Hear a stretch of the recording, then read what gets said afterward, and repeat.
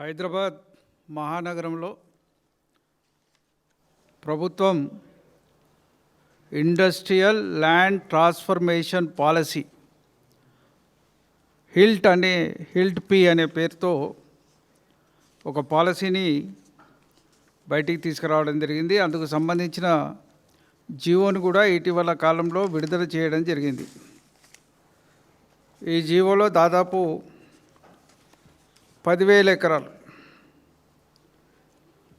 9,292 ఎకరాలకు సంబంధించిన భూముల్ని నామమాత్రపు ధరకు కట్టబెట్టుటకు ఓ జీవోని జారీ చేసి దాని విధి విధానాలు కూడా ఇందులో పెట్టడం జరిగింది. హైదరాబాద్లో దానికి చెప్పే కారణాలు కాలుష్యం అనే ఒక కారణాన్ని ఒక భూతంగా చూపెడుతూ ఈ 9,000 పైన ఎకరాలని మార్కెట్ రేట్ కంటే అతి తక్కువ ధరకు, ఇప్పుడు మార్కెట్లో ఉన్న రిజిస్ట్రేషన్ వాల్యూకు యాక్చువల్ వాల్యూకు తేడా ఉంటుంది. జనరల్గా మన మార్కెట్లో ఉన్న ధర సాధారణంగా రిజిస్ట్రేషన్ వాల్యూస్ కొంచెం తక్కువ ఉంటాయి. అయినప్పటికీ రిజిస్ట్రేషన్ వాల్యూలో 30% కడితే ఆ భూముల్ని వారికే అది మల్టీ యూజ్ కింద పరిశ్రమలు కాకుండా ఇతర అవసరాలకు పోయే విధంగా వాటిని చేస్తామని చెప్పి దాంట్లో చేయడం జరిగింది. ఈ పాలసీలో ఇంకొక విషయం ఏమిటంటే, ఈ పాలసీలో ఒక వారంలో దరఖాస్తు పెట్టుకోవాలి, నెక్స్ట్ వీక్ వరకు స్క్రూటినీ అయిపోవాలి, 45 రోజుల్లో క్లోజ్ కావాలి. అంటే అర్జెంటుగా పైసలు రావాలి. మనీ మేకింగ్ అనేది తొందరగా జరిగిపోవాలి. మనీ మేకింగ్ అనేది అతి తక్కువ కాలంలో చేతులు మారడానికి ఈ పాలసీని తీసుకురావడం జరిగిందనే విషయాన్ని ఈ సందర్భంగా మరొకసారి మేము తెలియజేస్తున్నాం. గతంలో బీఆర్ఎస్ ప్రభుత్వం అధికారంలో ఉన్నప్పుడు కూడా టీఎస్ ఐపాస్ పేరుతో ఒక పాలసీని తీసుకొచ్చింది. ఎవరైనా పరిశ్రమకు అప్లికేషన్ పెట్టుకుంటే 15 రోజుల్లో మీ పరిశ్రమకు మేము పర్మిషన్లు ఇస్తాం, పర్మిషన్లు ఇవ్వకపోతే ఎవరైతే బాధ్యులో వారిని పెనలైజ్ చేస్తామని కూడా ఒక విధానాన్ని తీసుకొచ్చింది. కానీ దురదృష్టవశాత్తు ఈ ప్రభుత్వం భూముల అమ్మకానికి పాలసీ తెచ్చింది. ఇప్పటికే హైదరాబాద్లో మనందరికీ తెలుసు, సెంట్రల్ యూనివర్సిటీని ఆనుకొని ఉన్న భూముల్లో ప్రభుత్వం భారీ విధ్వంసానికి పాల్పడ్డ నేపథ్యంలో ఇలా సుప్రీంకోర్టులో కేసున్న సంఘటన మనందరికీ తెలుసు. ఆ సుప్రీంకోర్టులో కేసులో కూడా అనేక రకాలుగా వారి ముందట వాదనలు వినిపిస్తున్నారు. అయినప్పటికీ ఆ కేసు అక్కడనే ఉన్నది. దాని మీద 10,000 కోట్ల లోన్లు కూడా తీసుకొచ్చుకున్నది ప్రభుత్వం. ఇవాళ ప్రభుత్వం నడవడానికి ఒక ప్రణాళికమైన అభివృద్ధిని కోరుకునే విధానం ఉండాలి. కానీ ఈ ప్రభుత్వం భూముల్ని అమ్ముకొని నమ్ముకోవడం, లేదా భూముల మీద మధ్యవర్తిత్వం చేసి అండర్ హ్యాండ్ డీల్ చేసి డబ్బులు సంపాదించడం అనే ఒక అడ్డదారిలో ఈ భూదందాన్ని నడుపుతున్నదనే విషయాన్ని కూడా ఈ సందర్భంగా తెలియజేస్తున్నాం. వాస్తవంగా ఈ పాలసీ తయారు చేసేటప్పుడు, పట్టణ ప్రాంతాల్లో భూ మార్పిడి జరిపేటప్పుడు పబ్లిక్ హియరింగ్ కూడా చేయాలి. పరిశ్రమలు పెట్టేటప్పుడు ఎట్లయినా హియరింగ్ అయిందో తర్వాత కూడా జరగాలి. ఏం చేయాలి ఈ ప్రాంతంలో అనేది, లేదా సోషల్ ఇంపాక్ట్ అసెస్మెంట్ జరగాలి, ఎన్విరాన్మెంట్ స్టడీ జరగాలి, ల్యాండ్ వాల్యుయేషన్ కూడా సరిగ్గా అంచనా వేసి కార్యక్రమాలు తీసుకోవాలి. కానీ దురదృష్టవశాత్తు వీటిని దాని పరిగణలోకి తీసుకోలేదు. అనేక మంది శాస్త్రవేత్తలు కూడా, పర్యావరణవేత్తలు కూడా, పురుషోత్తం రెడ్డి గారు కావచ్చు, నరసింహారెడ్డి గారు కావచ్చు, మిగతా పర్యావరణవేత్తలు కూడా తమ అభిప్రాయాలు స్పష్టంగా చెప్పినారు. ఇది మీరు సోషల్ ఇంపాక్ట్ పాలసీ మీద పనిచేయలేదు, ఇది సరైనది కాదు, ఈ పద్ధతిని మీరు మానుకోండి, ఇప్పటికైనా సోషల్ ఇంపాక్ట్ స్టడీ చేయండి అని చెప్పినారు. దురదృష్టవశాత్తు ఇవాళ మంత్రి గారు చెప్తున్న మాటలు కూడా చూస్తే ఏమనాలనో తెలియడం లేదు మంత్రి గారిని. పాపం వారు ఒక అడ్వకేట్గా కూడా ప్రాక్టీస్ చేసినారు, ఉన్న దాంట్లో కొంచెం అంతో ఇంతో బాగా అవగాహన వ్యక్తిగా ఉంది. ఆయన మొదలేం చెప్పినాడంటే, మేము 9,000కి ఇస్తలేము, 4,000 వాటికే ఇస్తున్నాం, మిగతాయి రోడ్లు కాలువలు ఉంటాయి, దాంట్లో వేరే ఉండే అని చెప్పినాడు. మరి జీవో మాత్రం మీరు 9,200 ఎకరాలకు జీవో ఇచ్చినారు.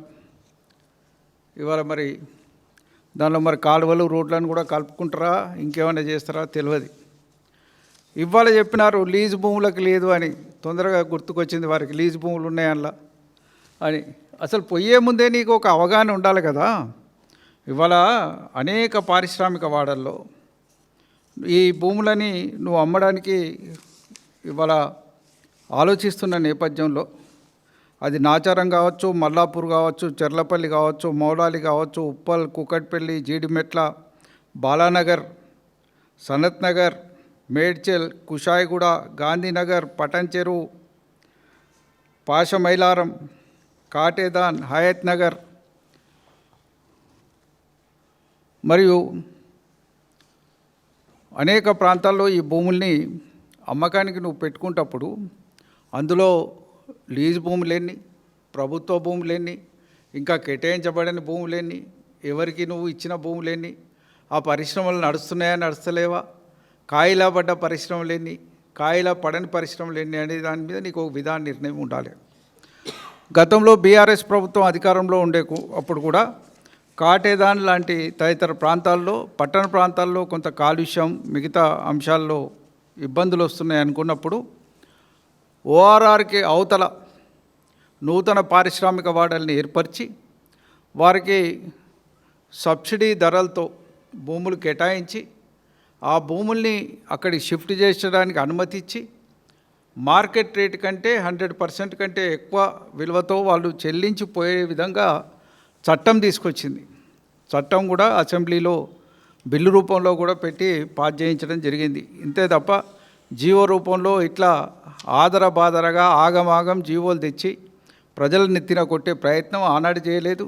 ఈరోజు ఈ ప్రభుత్వం ఒక నిలువు దోపిడీకి తెరదీసిన నేపథ్యాన్ని ఈ సందర్భంగా మనం చూస్తున్నాం.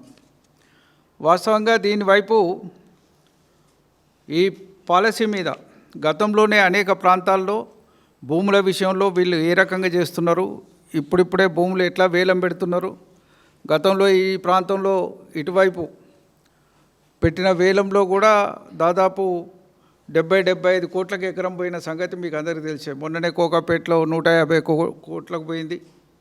మరి ఇటు కూకట్పల్లి ఈ ప్రాంతంలో కూడా 70-75 కోట్లకు కూడా ఒక ఎకరం మరి వేలంలో పోయింది. మరి రేపు పొద్దున వీటికి అసలు ఏం రేటు కట్టాలి, ఏం విలువ కట్టాలి, ఏ విలువ కడితే అవుతుంది? అట్లా కాకుండా దీన్ని అనేక రాష్ట్రాల్లో ఉన్న పద్ధతి ఏమిటంటే వీటికి బిడ్డింగ్ పెడుతున్నారు.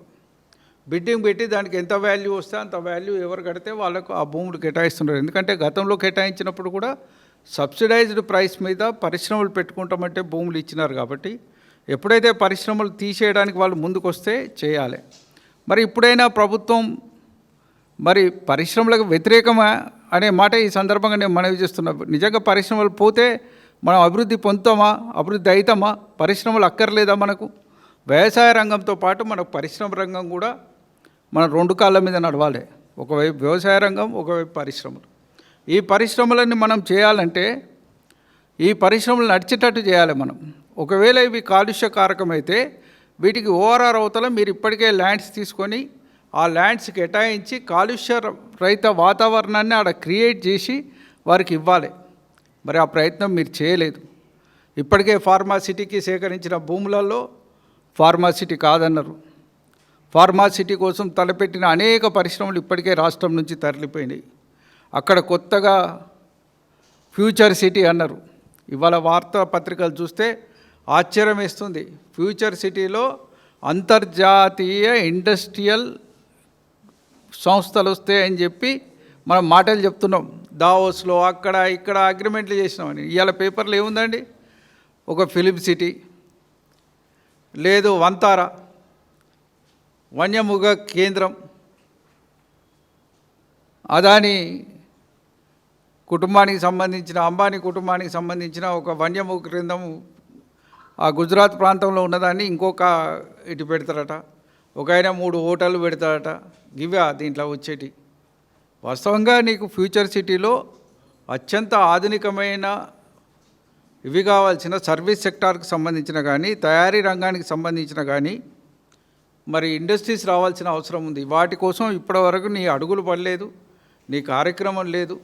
ఇవాళ తెలంగాణ రైజింగ్ అనే దాన్ని అపహాస్యం చేసే విధంగా మీరు చేస్తున్న ప్రకటనలు ఉంటున్నాయని కూడా ఈ సందర్భంగా నేను మనవి చేస్తున్నా. వాస్తవంగా ఇవాళ పట్టణ ప్రాంతాల్లో ఇందిరమ్మ ఇల్లు కట్టడానికి కూడా స్థలాలు లేవు. మీరు పెట్టుకున్న స్కీమ్ నావెల్ స్కీమ్ ఇప్పటికే దాదాపు హైదరాబాద్ చుట్టుపక్కల ప్రాంతాల్లో మేము 1,00,000 ఇండ్లు నిర్మాణం చేసినాం. మరి ఆ ఇండ్ల మీదనే మీరు అందరికీ ఇండ్లు కేటాయించుడు చేస్తున్నారు తప్ప ఒక్క ఇల్లు కూడా ఇప్పటివరకు హైదరాబాద్ చుట్టుపక్కల ప్రాంతంలో కట్టలేని పరిస్థితి ఉంది. వాస్తవంగా ఇది ఏమిటంటే దీంట్లో ఈ భూముల కేటాయింపు దీన్ని చేయడం ఇప్పటికే కొన్ని వివాదాస్పదం ఉన్నాయి, కొన్ని నడవని పరిశ్రమలు ఉన్నాయి, కొన్ని నడుస్తున్న పరిశ్రమలు ఉన్నాయి. వీటన్నిటినీ చేయడం వెనుక అండర్ హ్యాండ్ డీలింగ్స్ ఉన్నాయనేది మా స్పష్టమైన ఆరోపణ. దాని మీద ఇప్పటికే మా వర్కింగ్ ప్రెసిడెంట్ గారు పెద్దల హరీష్ రావు గారు స్పష్టమైన వివరాలతోటి మాట్లాడినారు. దానికి సమాధానం చెప్పమన్నారు. ఒక అంశాన్ని మేము ఆహ్వానిస్తున్నాం. మొట్టమొదటిసారి బీజేపీ నాయకులు కూడా నోరిప్పిండ్రు ఈ విషయం మీద. ఇప్పటిదాకా నోరిప్పనోళ్ళు కూడా ఇప్పుడు కనీసం మా వర్కింగ్ ప్రెసిడెంట్ హరీష్ రావు గారు మాట్లాడితే వాళ్ళు కూడా కొంచెం అరే దీని మీద మాట్లాడకపోతే పరుగు పోయేటట్టున్నదని చెప్పి మొట్టమొదటిసారిగా నోరిప్పినందుకు వారికి కూడా ధన్యవాదాలు తెలియజేసుకుంటూ, ఈ మీకందరికీ వాస్తవ విషయాలు ఏమిటంటే తెలంగాణ రాష్ట్రం సాకారమైన తర్వాత టీజీ ఐపాస్ చట్టాన్ని తేవడం ద్వారా దాదాపు 2014-15 నుంచి 2023-24 వరకు 25,224 యూనిట్స్కు మేము అనుమతులు మంజూరు చేయగా 2,85,572 కోట్ల పెట్టుబడులు రావడం జరిగింది. దీని ద్వారా 18,31,000 మంది యువకులకు ఉపాధి అవకాశాలు రావడం జరిగిందనే విషయాన్ని ఈ సందర్భంగా మేము మనవి చేస్తున్నాం. ఇవాళ మీరు కొత్త యూనిట్లు ప్రారంభించే సంకల్పం లేదు మీకు. ఇక్కడ ఉన్న పరిశ్రమలు రీలొకేట్ చేసే అవకాశం మీరు ఇవ్వడం లేదు. అంటే వాని సాగు వాటిని చావమంటున్నారు. నాకు భూములు రెగ్యులరైజ్ చేసుకో, నువ్వు ఏదైనా వ్యాపారం చేసుకో, లేకుంటే ఎవరికైనా అమ్ముకో, రియల్ ఎస్టేట్ దందా చేసుకో, కానీ పరిశ్రమ మూతపడ్డా పర్వాలేదనే దూరంతో ప్రభుత్వం ఉండడాన్ని మేము తీవ్రంగా ఖండిస్తున్నాం. ప్రభుత్వం నిజంగా చిత్తశుద్ధి ఉంటే వారికి బయట భూములు కేటాయించాలి, ఈ పరిశ్రమ షిఫ్ట్ కావడానికి అన్ని రకాల సహాయ సహకారాలు అందించాలి, ఆ పరిశ్రమను రీఎస్టాబ్లిష్ చేయించాలి. ఎక్కడన్నా కాయిలా పడ్డ పరిశ్రమలు ఉంటే, ఎంఎస్ఎంఈలు ఉంటే దానికి కేంద్ర ప్రభుత్వ సహకారంతో వాటిని ఎంఎస్ఎంఈలను కూడా మీరు చేయాలి. ఇప్పటివరకు ఎంఎస్ఎంఈ పాలసీకి 1 సంవత్సరం చేసిండ్రు, ఇయాలటికి ఇంప్లిమెంటేషన్ లేదు ఎంఎస్ఎంఈ పాలసీ మీద. ఇటువంటి ఒక తప్పుడు విధానాలతో పోకూడదని చెప్పి ఈ సందర్భంగా మేము మనవి చేస్తూ, వీటి కోసం ఒక వైపు వీరి అవినీతిని ఎండగట్టడానికి అనేక కార్యక్రమాలు మా పార్టీ తరఫున చేయడంతో పాటు మరి ఢిల్లీ వరకు కూడా జాతీయ స్థాయిలో కూడా వీటిని ఎండగట్టడానికి మేము ప్రయత్నం చేస్తామని చెప్పి ఈ సందర్భంగా మేము మనవి చేస్తున్నాం. ఇప్పటికైనా మా డిమాండ్ ఏంటంటే ఈ భూములన్నింటినీ వెనక్కి తీసుకొని వేలం ద్వారా బహిరంగ మార్కెట్లో అమ్మాలి. అది ఖచ్చితంగా చేయాలి. లేకపోతే దాదాపు ఈ భూముల మీద ఒక 5 కోట్ల స్కామ్ జరిగే అవకాశం, 5 లక్షల కోట్ల స్కామ్ నడిచే అవకాశం ఉంది.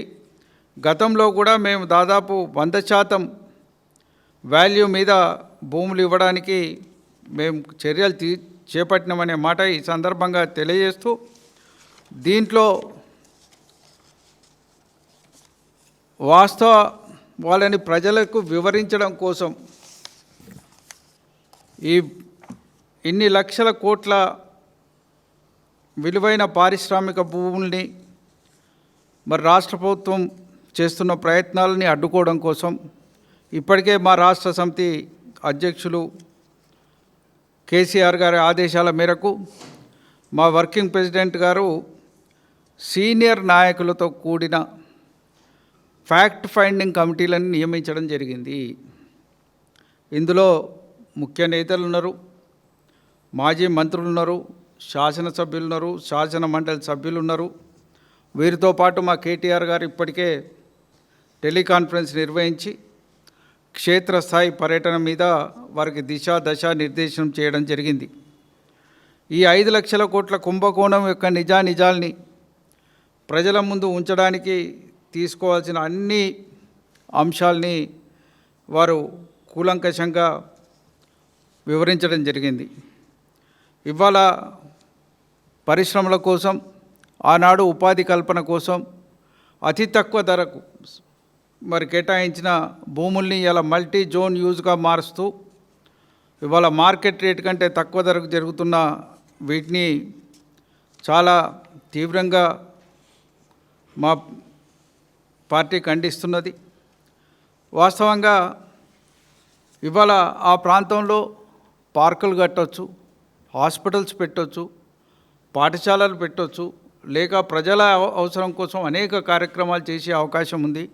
ఇప్పటికీ పట్టణ ప్రాంతాల్లో లంగ్ స్పేస్ లేని పరిస్థితి ఉంది. కేసీఆర్ గారు ముందు చూపుతోటి 32 ప్రాంతాల్లో గతంలో లంగ్ స్పేస్లు కూడా క్రియేట్ చేసినారు. ఇవాళ లంగ్ స్పేస్ కూడా క్రియేట్ చేయాల్సిన అవసరం ఉంది. మరి కొన్ని చోట్ల శ్మశాన వాటికలు కూడా లేకుండా మనకు ఇబ్బంది అవుతున్న నేపథ్యం ఉంది.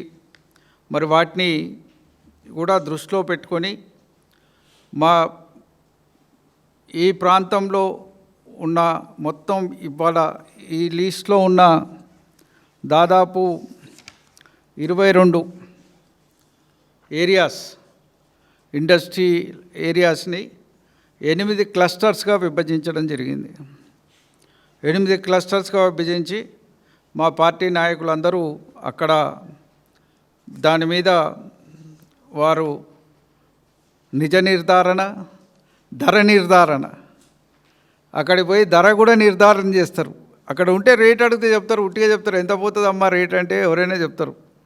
మరి ధర నిర్ధారణ, నిజ నిర్ధారణ కోసం మా వాళ్ళు 3-4 తేదీల్లో 8 బృందాలుగా ఏర్పడి ఆ ప్రాంతాల్లో పర్యటించడం జరుగుతుందని చెప్పి ఈ సందర్భంగా మీకు అందరికీ తెలియజేస్తున్నాను. దాంట్లో పెద్దల హరీష్ రావు గారు, గంగుల కమలాకర్ గారు, దేశపతి శ్రీనివాస్ గారు, మెదక్ ఎమ్మెల్యేల బృందం పాశమైలారం, పటన్ చెరువు, రామచంద్రంపురం ప్రాంతాలను పర్యటిస్తారు. మాజీ మంత్రి జగదీశ్వర్ రెడ్డి గారు, బండారు లక్ష్మారెడ్డి, సురభి వాణిదేవి, ఉప్పల్ నాయకులు కలిసి నాచారం, మల్లాపూర్, ఉప్పల్, చెర్లపల్లి ప్రాంతాల్లో పర్యటిస్తారు. క్లస్టర్ 3కు సంబంధించి మల్సనాచారి, మర్రి రాజశేఖర్ రెడ్డి, రవీందర్రావు గారు, మౌలాలి, కుషాయిగూడ పారిశ్రామిక వాడలను విజిట్ చేస్తారు. క్లస్టర్ 4లో మా పార్టీ వర్కింగ్ ప్రెసిడెంట్ కేటీఆర్ గారు, సత్యవతి రాథోడ్ గారు, పల్లా రాజేశ్వర్ రెడ్డి గారు, మాధవరం కృష్ణారావు గారు, కేపీ వివేనంద గారు కలిసి జీడిమెట్ల, కుక్కట్పల్లి ప్రాంతాల్లో పర్యటించనున్నారు. క్లస్టర్ 5లో తలసాని శ్రీనివాస్ యాదవ్ గారు, కాలేరు వెంకటేష్ గారు, ముఠా గోపాల్ గారు, నవీన్ రావు గారు సనత్ నగర్, బాలనగర్ ఏరియాలను పరిశీలిస్తారు. క్లస్టర్ 6లో చామకూర మల్లారెడ్డి, చెంబీపూర్ రాజు గారు, మేడ్చల్ ఇండస్ట్రియల్ పార్క్కు వెళ్తారు. క్లస్టర్ 7లో శ్రీమతి సబితా ఇంద్రారెడ్డి గారు, దేవిరెడ్డి సుధీర్ రెడ్డి గారు, స్వామి గౌడ్ గారు, మంచిరెడ్డి కిషన్ రెడ్డి గారు, కార్తిక్ రెడ్డి గారు కాటేదాన్ మరియు ఆయత్ నగర్లో పర్యటిస్తారు. క్లస్టర్ 8లో మాజీ మంత్రి మహమూద్ అలీ గారు, దాసో శ్రవణ్ గారు, ఎండి సలీం గారు, చందులాల్ బారాదరి పరిశ్రమ వార్డును సందర్శించి వాస్తవ పరిస్థితుల్ని పరిశీలిస్తారు. ఈ 2 రోజుల పాటు జరిగే ఈ పర్యటన కార్యక్రమాలు మీ ద్వారా ప్రజలకందరికీ కూడా తెలియజేస్తున్నాం. మీ ద్వారా ప్రజలకు కూడా దీని మీద స్పష్టమైన సమాచారంతో మా నిజ నిర్ధారణ బృందానికి సహకరించవలసిందిగా మీ ద్వారా అప్పీల్ చేస్తున్నాం. ఇది వాస్తవ తెలంగాణలో హైదరాబాద్ నగరంలో విలువైన భూములు ఇవి. ఇవి పారిశ్రామిక అభివృద్ధి కోసం ఆనాడు ప్రభుత్వం అందించిన భూములు. వీటిని అడ్డికి పావుసేరు అమ్మి దాంట్లో అండర్ హ్యాండింగ్ డీలతో వేల కోట్ల రూపాయల కుంభకోణానికి పాల్పడుతూ మా అంచనా మేరకు 5 లక్షల కోట్ల కుంభకోణం దీని వెనుక జరుగుతుందని నిర్దిష్టంగా మా పార్టీ తరఫున మేము స్పష్టంగా చెప్తున్నాం. దీని మీద వెంటనే గవర్నర్ గారిని కానీ మిగతా వాళ్ళు కానీ స్పందించాలని కూడా కోరుతున్నాం. ప్రభుత్వానికి చిత్తశుద్ధి ఉంటే వాళ్ళే సామాజికవేత్తలతోటి పర్యావరణవేత్తలతోటి నిజ నిర్ధారణ కమిటీ ప్రభుత్వాలే నియమించి వాస్తవాలను బయటపెట్టాల్సిందిగా కూడా ఈ సందర్భంగా డిమాండ్ చేస్తున్నాం. దీన్ని వెంటనే టీఎస్ ఐపాస్ లాంటి అద్భుతమైన పాలసీలు తెచ్చిన రాష్ట్రంలో భూములు అమ్ముకోవడానికి పాలసీ తేవడం అనేది ఒక సిగ్గుచేటైన విషయం. దీన్ని వెంటనే విరమించుకోవాల్సిందిగా కూడా ప్రభుత్వాన్ని కోరుతున్నాం.